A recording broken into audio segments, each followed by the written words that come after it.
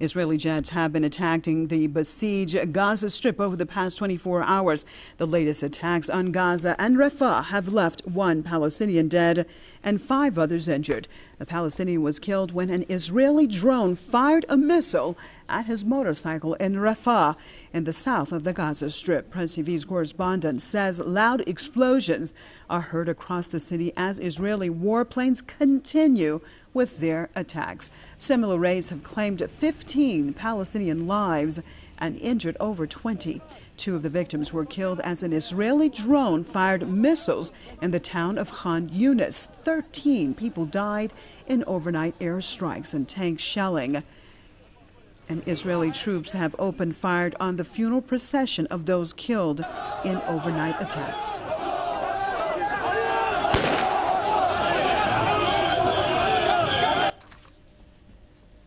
We're going to switch over to Gaza. We're joined by Mukhaimer Abu Saada, professor of al-Azhar University. Thank you so much for being with us. Tell us, why do you think that all of a sudden we're seeing an upsurge in these attacks by the Israelis?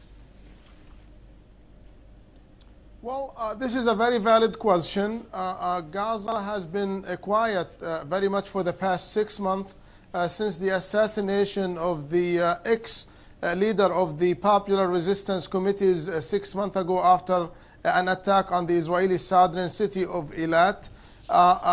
Basically, Israel is, this is part of Israeli aggression against the Palestinian people and against the Palestinian resistance here in the Gaza Strip. According to Israeli claims, this is a preemptive Israeli attack against the Palestinian resistance, mainly the Popular Resistance Committees and its leader, because Israeli sources are saying that the leader of this group was planning an attack against Israel over the borders between Egypt and Israel. Now, whether that these security sources are accurate or not, but as I mentioned to you, this is an all-Israeli aggression against the Palestinian people. It's part of Israel's siege against the Gaza Strip. It's part of Israel's settlement expansion in the West Bank and East Jerusalem. Unfortunately, the international community, led by the UN and the United States, is not doing anything to stop this Israeli aggression against the Palestinian people. Well, what does this mean? I mean, you've just said that the UN and the U.S. is not doing anything to stop this aggression by the Israelis. So what do you think is the key now for the Palestinians to get their rights? The key is an end to the Israeli occupation. This Israeli occupation has been going for more than 44 years now, since Israel occupied the Palestinian territories on June 5th of 1967. The Palestinians would like an end to this occupation, an end to the Israeli settlement policy in the Palestinian territories, an end to the siege which has been going on for more than 5 years on Gaza. We want to live like any other people in the world.